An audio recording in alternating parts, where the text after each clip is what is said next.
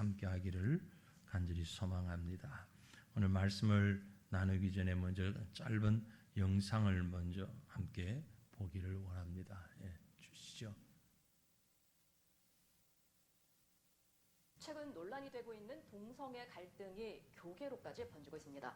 동성 결혼을 찬성한 교단의 반대의 뜻을 나타낸 일부 한인 목사들이 파면당하는 일도 발생하고 있습니다. 이두현 기자의 보도입니다. LA 지역의 한 교회에서 담임 목사를 맡아온 강현중 목사. 최근 교단으로부터 파면을 당해 7년 동안 몸담았던 교회를 떠나게 됐습니다. 동성 결혼을 받아들인 교단의 뜻을 거슬렀다는 이유에서입니다. 동성애 이슈를 통해서 교단 분리 문제가 대두가 되었잖아요. 어차피 우리 교인들이 투표했다는 것, 우리 교인들의 성향과 담임 목사인 제 성향을 다 알고 있는 상태에서 파송 중지, 쉽게 얘기하면 해고, 파면인 거죠. 그 통보를 하고 이제 우리 교회를 6월 30일까지 있다가 이제 떠나라는 이제 그런 통보를 받았어요. 미국의 주요 교단에 속하는 연합감리교회는 최근 동성 결혼의 찬성의 뜻을 밝히면서 교단에 소속해 있는 일부 교회와 갈등을 빚고 있습니다. 갈등이 심각해지자 교단 측의 뜻을 거부한 목사를 예배 중간에 파면하는 일까지 벌어졌습니다. What kind of your address? Just 1 minute? And I know he has been here for a long time and has done good ministry here. But the bishop feels that at this point in time, starting July 1st, he will be your new pastor here. Okay. Okay. If you sit down, I will close. 그리고 이제 저희 교회 같은 경우는 이제 교단 탈퇴를 결정을 했어요. 3분의 2 이상 79%가 찬성을 해서 결정을 했는데 담임 목사님, 저희 20년 동안 같이 신앙생활하고 아무 문제 없이 잘 지내시던 분을 이제 하루 아침에 예고도 없이 이제 이달 말로 해고를 조치를 취했는데 캐나다는 세계에서 4번째 2005년 7월에 동성혼 합법화를 진행한 나라입니다. 불과 15년이 지났을 무렵에 기독교 주요 교단들이 교리를 바꾸면서까지 동성혼을 합법화했고 성직자에 대한 안수까지 허용하게 되었습니다. 이전에 반대하던 목회자들은 정작 법안이 통과되자 약 10%에 해당되는 목회자들과 교회만이 탈퇴를 하게 되었습니다. 불이익이 발생하기 때문인데요. 연금 혜택과 보험 혜택이 없어졌습니다. 교회는 교회 이름을 더 이상 사용하지 못하고 또 숟가락 하나도 가지고 나오지 못하는 결과가 발생을 하였습니다. 더 큰 문제는요. 합법화에 대한 통과 이후에 총회의 지시사항이었습니다. 각 교회에서는 더 이상 성도 간에 남성, 여성형으로 대하지 마라. 또 무성애자들을 위한 화장실을 설치하라.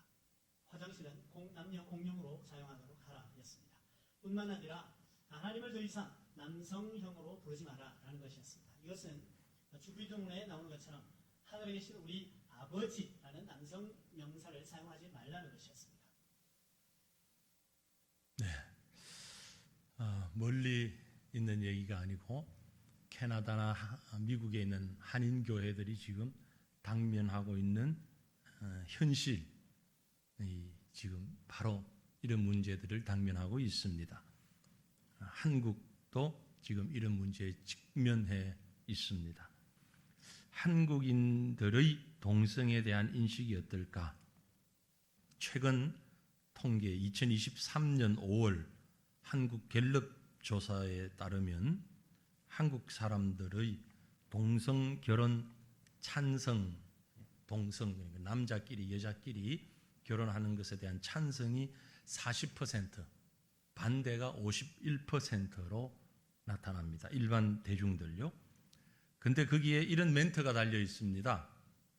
예전부터 줄곧 동성애와 동성결혼에 부정적인 경향을 보이던 60대 이상의 고령층, 보수층, 종교인 계층, 주부층에서의 높은 반대 비율이 여전히 줄고 있지 않기 때문으로 보인다. 여기 앉아 계신 우리 모두를 포함한 사람들 때문이다. 51% 반대가 나온 게 그런 얘기입니다. 근데 참 심각한 건요, 우리나라 청소년들의 동성애 인식입니다.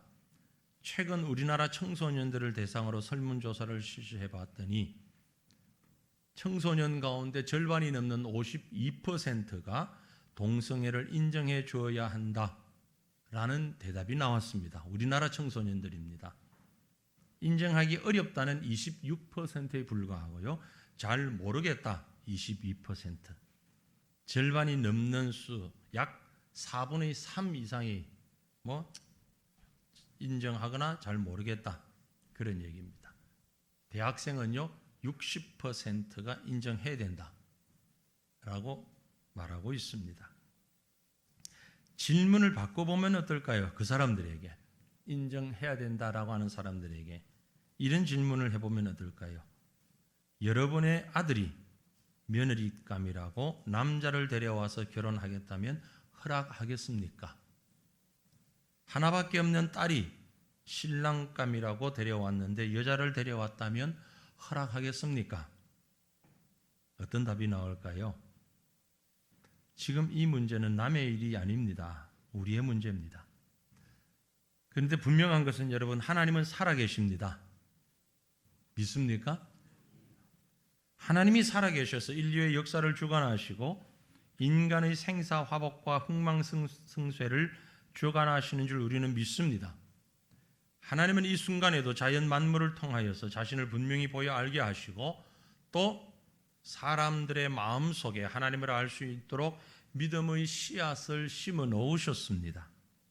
하지만 많은 사람들은 이런 분명한 사실을 받아들이지 않고 억누르고 있어요. 왜냐하면 사탄이 그렇게 시키고 있기 때문에 그렇습니다. 마귀가 하는 일입니다. 우리 주변에 하나님을 믿지 않는 자들, 하나님을 전혀 모르기 때문이 아닙니다. 하나님의 존재를 느끼고 하나님을 찾으려고 하는 마음의 감동은 있지만 억누르고 있을 뿐입니다. 오늘 우리는 본문 말씀 로마서 1장 말씀을 읽으면서 무엇을 느낄 수 있습니까? 여러분 29절 이하에 특별히 29절, 30절, 31절을 보면 21가지나 되는 죄의 목록들을 열거해 놓았습니다. 이 21가지나 되는 죄의 목록들을 읽으면서 무엇을 느끼셨습니까? 참으로 인간의 전적 부패를 실감할 수 있지 않습니까? 우리는 이 21가지 죄의 목록 가운데 몇 가지나 해당된다고 생각하십니까? 이 말씀을 읽으면서 우리는 정말 형편없는 죄인이로구나 새삼 느끼지 않을 수 없습니다. 우리 마음의 뚜껑을 열어보면 이런 죄악이 튀어나올 수밖에 없습니다. 아니, 더 초한 죄가 나올 수밖에 없는 죄인들 아닙니까? 그런데 이 죄는 참 오묘한 특징을 가지고 있죠.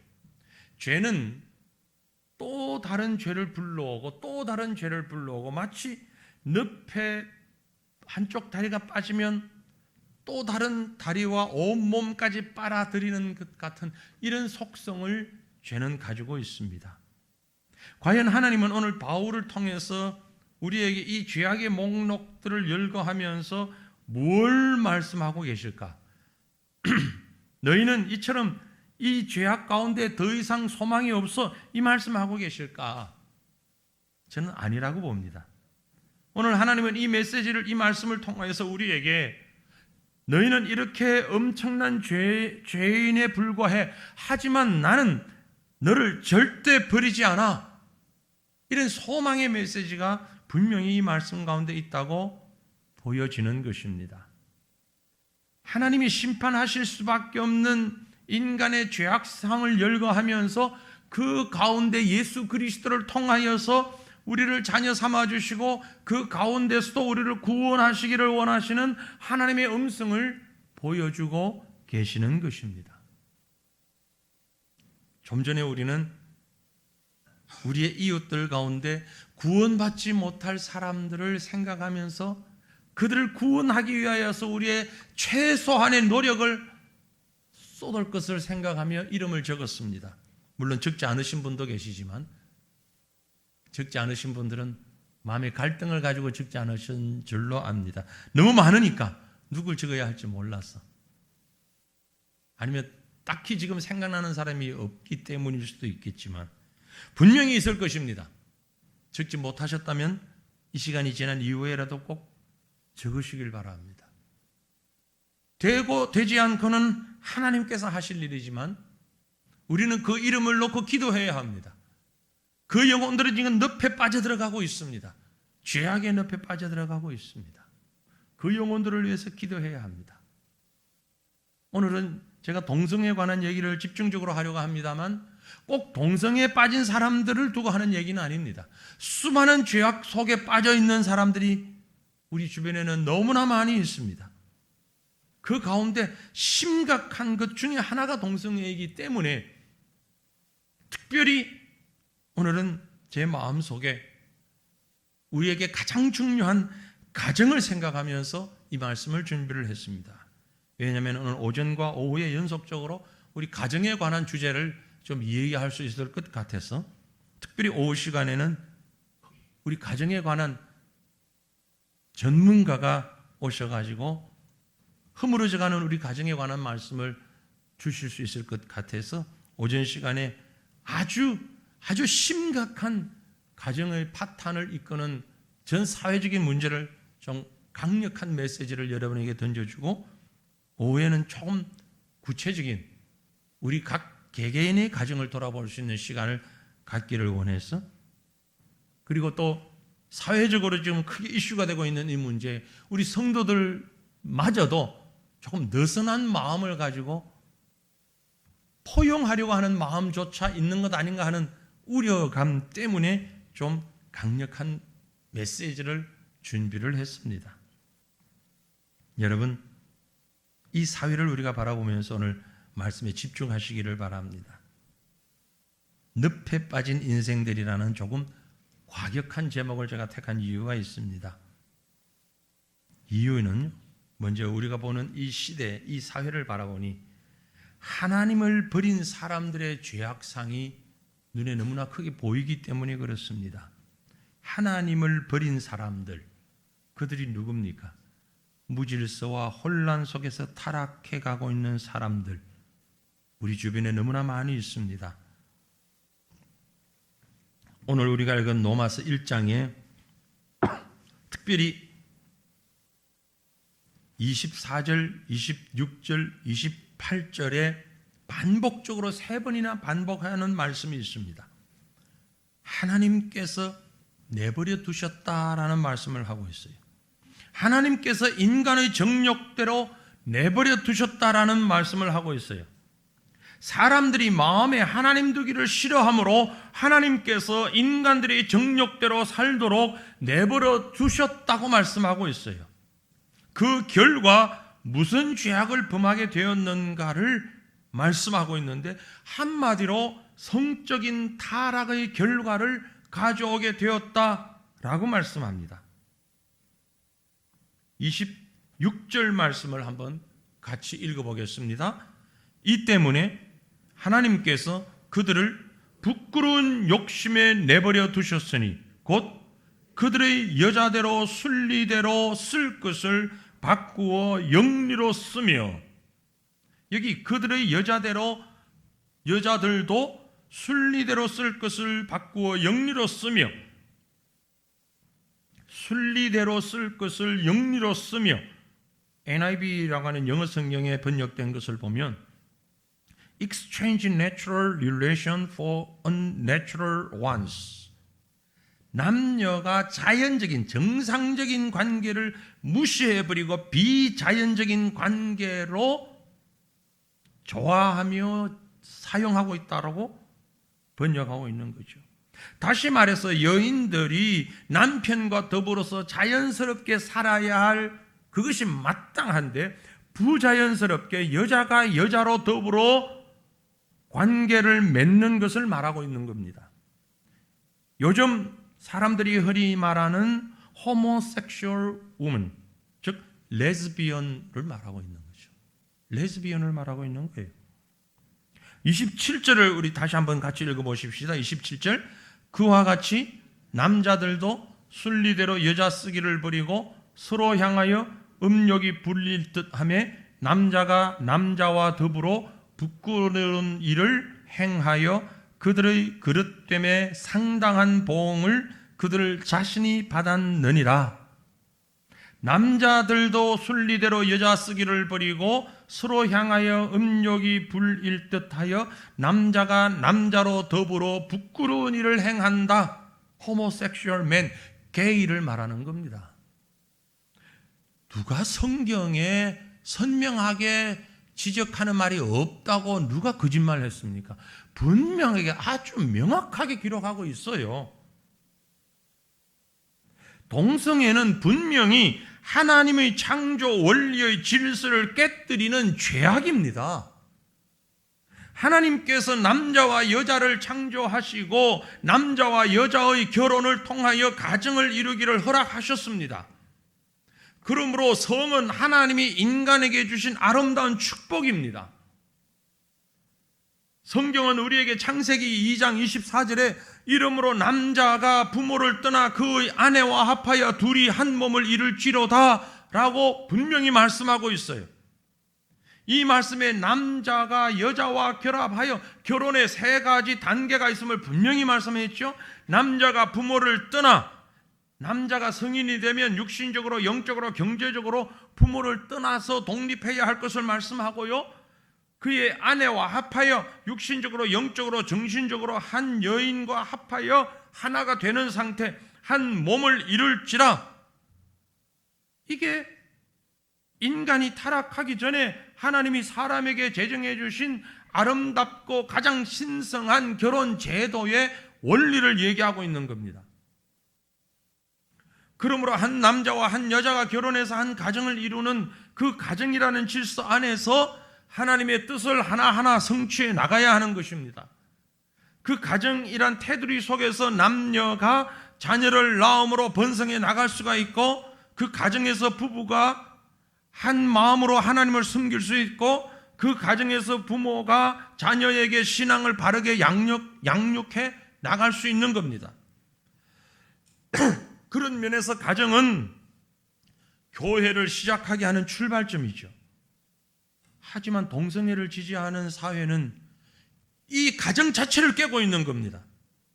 앞에서 이미 본 영상에서 이미 동성애가 교회를 깨고 있는 거예요. 그런데 교회가 앞서서 이 틀을 깨면 가정을 깨뜨리고 교회를 깨뜨리고 있는 거예요.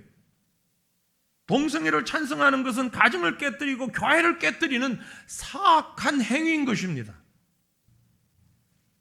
사람들은 이것을 소수의 인권, 이런 말로 포장하고 있죠. 사실 인권은 소중합니다. 당연히 소수의 인권도 소중하죠. 존중되고 개인의 자유, 가치 존중되어야 마땅합니다. 하지만 타락한 방종과 건강한 자기 주장과는 구분되어야 되는 거죠. 분명한 것은 동성애라고 하는 것은 엄격하게 규제하고 제재하고 치료받아야 할 질병인 것이지 자유가 아닙니다. 다시 분명히 말씀드리면 우리가 동성애자들을 정오하고 저주하자는 말은 전혀 아닙니다. 그들은 환자입니다. 치료의 대상자들입니다. 그들에게도 구원이 필요하고 죄악을 버리고 주님께 돌아오고 치료하도록 품어줘야 합니다. 그런데 사탄은 사람들에게 이것을 문화라고 미화시키고 이걸 인권과 자유라는 단어로 포장해서 우리 공동체를 파괴시켜 나가고 있는 겁니다. 하나님이 세우신 자연과 피조 세계의 질서를 인간들은 사람의 숫자의 힘으로 바꾸려고 하고 있는 거죠. 그럼 이런 성적인 타락의 원인 어디에서 온 것입니까? 이런 원인은 하나님을 버린 결과에서 나온다고 성경은 선명하게 말씀하고 있습니다. 오늘 우리가 읽었던 본문 말씀 28절에 분명히 말씀합니다. 그들이 마음에 하나님 두기를 싫어하며 하나님께서 그들을 그 상실한 마음대로 내버려 두사 합당치 못한 일을 하게 하셨으니, 그들의 마음에 하나님 두기를 싫어했기 때문에 하나님이 없는 인간, 하나님을 거부하는 인간이야말로 참으로 비참한 결과를 맞게 된 것입니다. 여기서 알 수 있는 것은요, 죄의 뿌리는 하나님을 인정하지 아니하고 하나님을 떠난 것에서부터 시작됐다라는 것입니다. 인간이 하나님의 간섭을 떠나는 것에서부터 부패는 싹을 틔우기 시작한 것입니다. 시편 14편 1절에 보니 어리석은 자는 그의 마음에 이르기를 하나님이 없다 하는도다. 그들은 부패하고 그 행실이 가증하니 선을 행하는 자가 없도다 얘기했어요. 하나님을 버리면 부패하게 됩니다. 원리는 아주 간단합니다. 하나님을 가까이 하면 할수록 우리의 삶은 거룩해지고 하나님을 멀리하면 할수록 부패하게 되는 것입니다. 일부의 사람들은 반론할 것입니다. 아니, 교회도 찬성하는 사람들이 있지 않은가? 아까 영상에도 본 연합감리교회에서는 찬성했다는데, 여러분, 어느 교회가 어느 교단이 찬성을 하든 성경을 보세요. 성경은 분명히 이 추악한 행위를 죄악이라고 지적하고 금하고 있습니다. 교회 중의 일부가 하나님의 성령을 떠나서 잘못된 거짓에 속고 있을 뿐입니다. 그래서 분명하게 이 시간에 말씀드립니다. 말씀이 분명하게 금하고 있는 죄악이 있습니다. 말씀이 분명하게 금하고 있는 죄악. 이제 몇 곳의 말씀을 봅니다. 여러분 분명히 기억하시길 바라고요. 지금 이제 화면에 나오는 걸 여러분 휴대폰 꺼내서 사진을 찍어도 좋습니다. 혹은 이제 유튜브 영상으로 계속 나갈 거니까 영상을 캡처하거나 다운 받으셔도 좋고요. 여러분 사진 찍기 좋도록 제 얼굴이 안 나오는 화면을 PPT로 올리니까 그때 찍으십시오. 마태복음 19장 4절 5절 말씀을 먼저 우리가 함께 보겠습니다. 마태복음 19장 4절 5절 같이 읽습니다. 예수께서 대답하여 이르시되 사람을 지으시니가 본래 그들을 남자와 여자로 지으시고 말씀하시기를 그러므로 사람이 그 부모를 떠나서 아내에게 합하여 그 둘이 한 몸이 될지니라 하신 것을 읽지 못하였느냐. 아멘. 이것이 창조 원리입니다. 하나님께서 남자와 여자로 창조하셨습니다. 다른 성을 창조하지 않으셨습니다. 여러 가지 젠더로 창조하지 않으셨어요. 남자, 여자 딱 둘로 창조하셨습니다. 이걸 벗어나는 것은 창조의 계획과 원리를 어기는 겁니다. 이어서 오늘 본문 말씀 로마서 1장 26절 27절 다 같이 읽습니다. 이 때문에 하나님께서 그들을 부끄러운 욕심에 내버려 두셨으니 곧 그들의 여자들도 순리대로 쓸 것을 바꾸어 영리로 쓰며 그와 같이 남자들도 순리대로 여자 쓰기를 버리고 서로 향하여 음욕이 불일 듯하며 남자가 남자와 더불어 부끄러운 일을 행하여 그들의 그릇됨에 상당한 보응을 그들 자신이 받았느니라. 아멘. 좀 전에 읽었던 말씀이죠. 분명히 이것은 부끄러운 욕심입니다. 그래서 창조 순리대로 배우자를 사용하지 않고 영리로 쓴 것입니다. 그러니 이것은 하나님을 대적하는 행위입니다.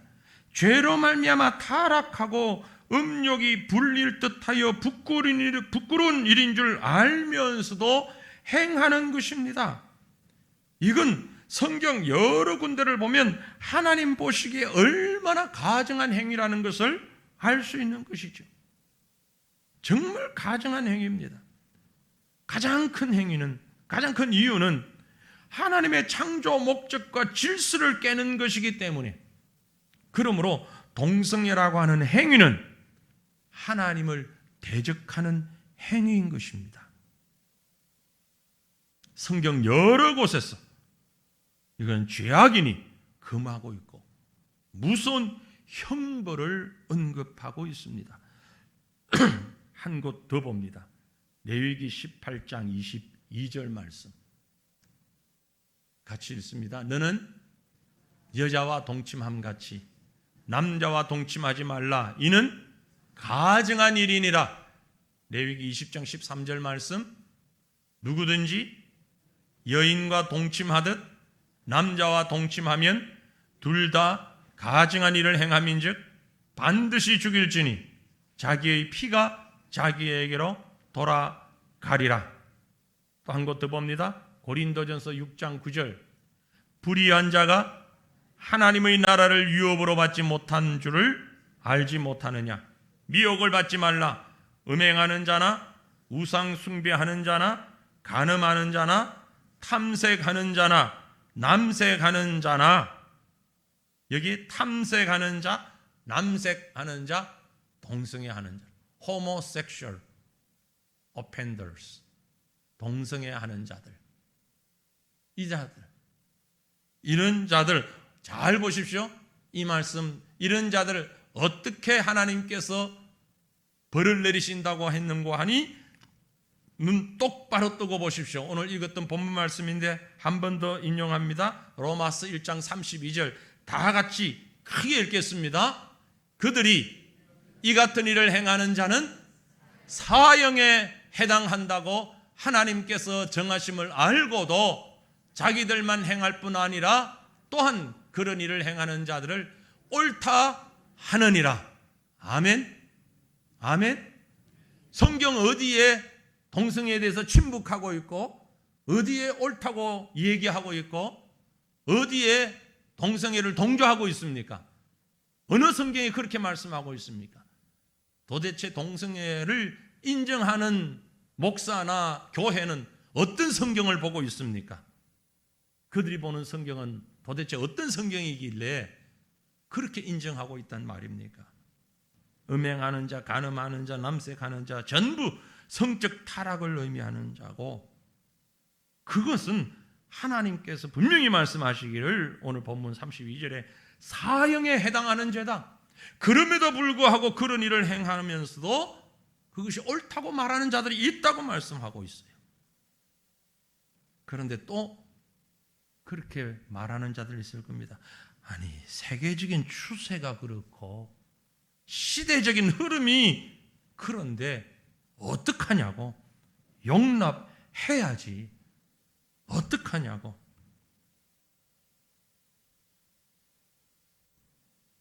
동성애 문제는요, 창조주 하나님에 대한 인간의 반항의 결과입니다.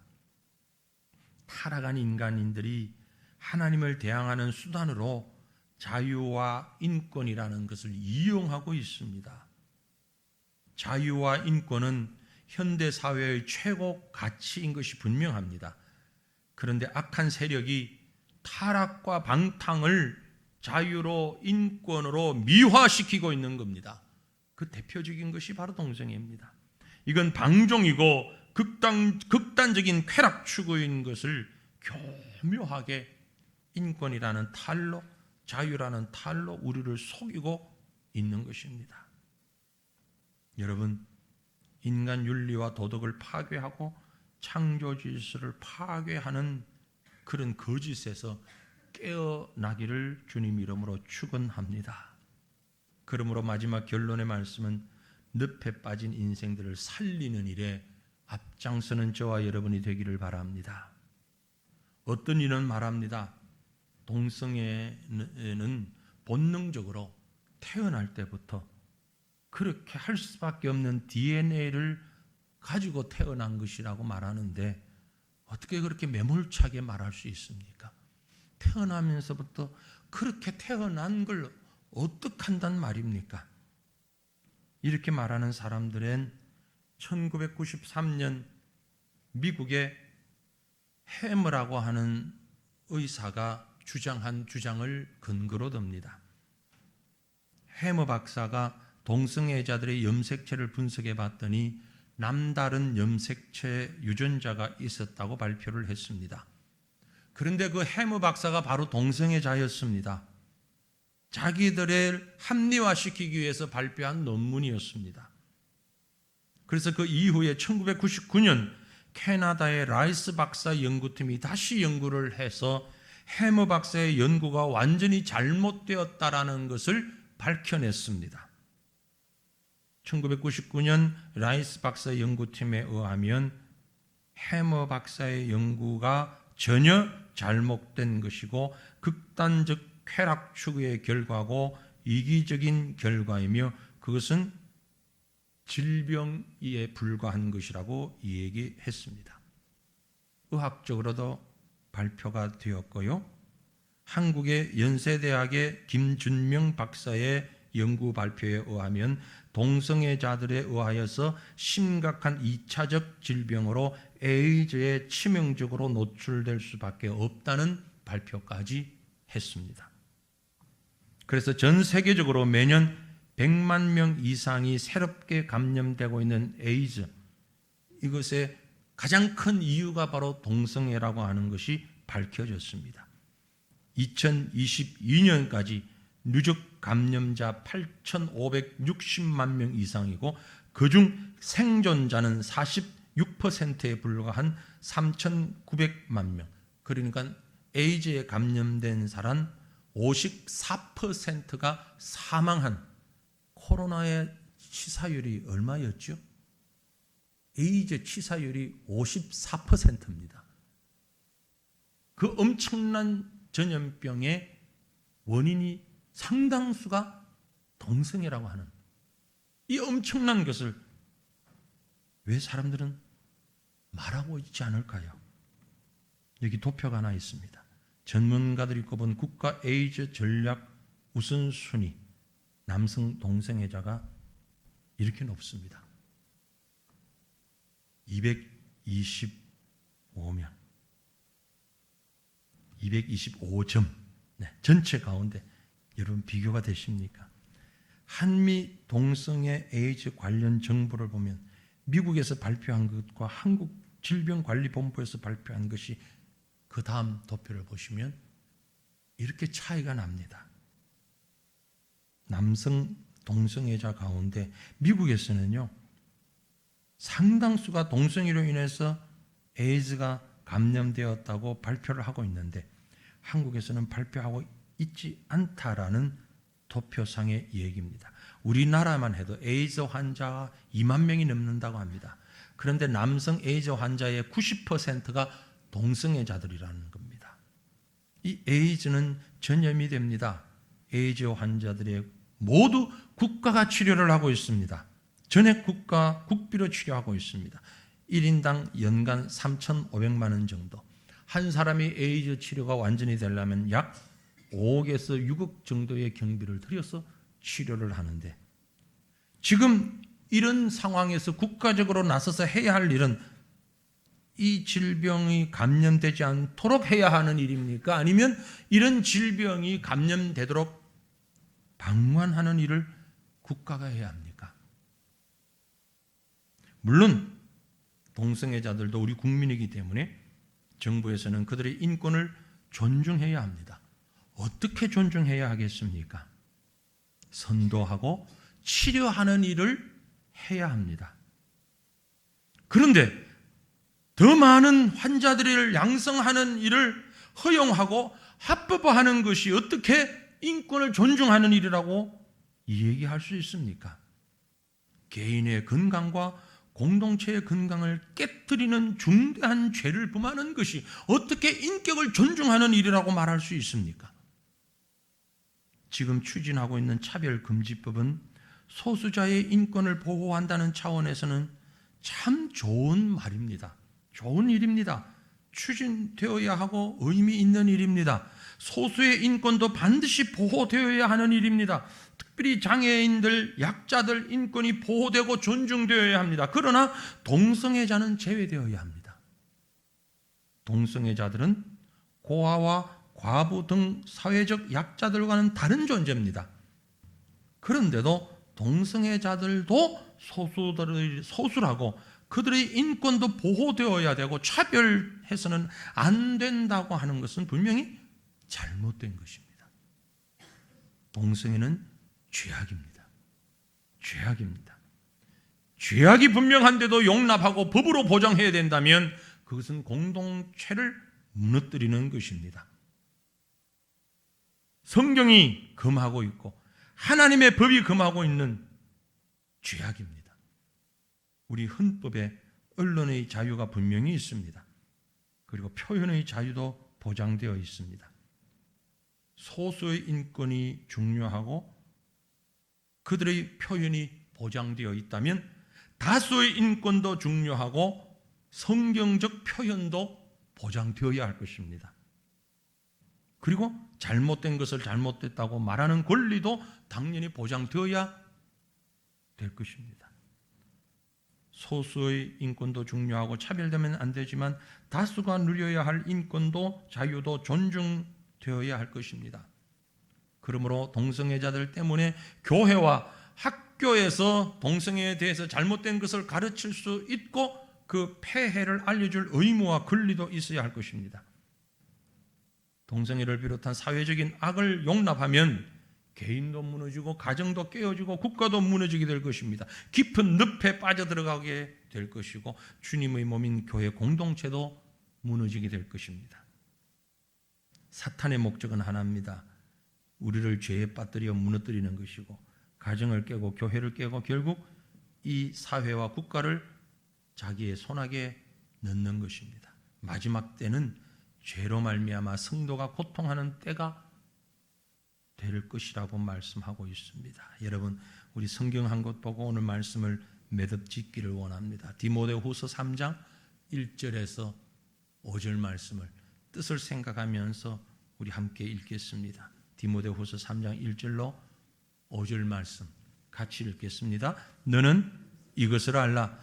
말세에 고통하는 때가 이르러 사람들이 자기를 사랑하며 돈을 사랑하며 자랑하며 교만하며 비방하며 부모를 거역하며 감사하지 아니하며 거룩하지 아니하며 무정하며 원통함을 풀지 아니하며 모함하며 절제하지 못하며 사나우며 선한 것을 좋아하지 아니하며 배신하며 조급하며 자만하며 쾌락을 사랑하기를 하나님 사랑하는 것보다 더하며 경건의 모양은 있으나 경건의 능력은 부인하니 이 같은 자들에게서 내가 돌아서라. 아멘. 마지막 때는 모두 자기 사랑에 정신을 잃어버릴 겁니다. 거룩을 버리고 질서를 깨뜨리고 절제하지 못하고 선한 것을 좋아하지 않고 쾌락 사랑하기를 하나님 사랑하는 것보다 더할 겁니다. 소돔성이 왜 유황불로 멸망했지요? 노아 시대에 왜 하나님께서 이 홍수로 세상을 심판했지요? 성적 타락이 가득했습니다. 성적 타락 중에 최악의 타락이 바로 동성애입니다. 그러므로 우리는 이 죄악을 막아야 합니다. 한국교회가 살고 이 나라가 살려면 이런 죄악을 향해 경고하고 막아야 됩니다. 그러기 위해서 우리가 먼저 회개해야 합니다. 우리가 빛의 사명, 소금의 사명을 감당하지 못하고 있으니 거짓이 마치 진실인 것처럼 활개치고 있는 것 아닙니까? 우리가 먼저 죄를 자백하고 회개함으로 하나님께 용서 구하고 이 나라와 민족을 불쌍히 여겨달라고 기도해야 할 것입니다. 최선을 다하여 우리 자녀들을 가르치고 이웃에게 외치고 이 땅이 더 이상 깊은 수렁에 빠지지 아니하도록 늪에 빠지지 아니하도록 힘써 외치는 우리 교회와 우리 성도들 될 수 있기를 우리 주님의 이름으로 축원합니다. 우리 함께 기도하겠습니다. 한 마음 한 뜻으로 이 시대를 바라보면서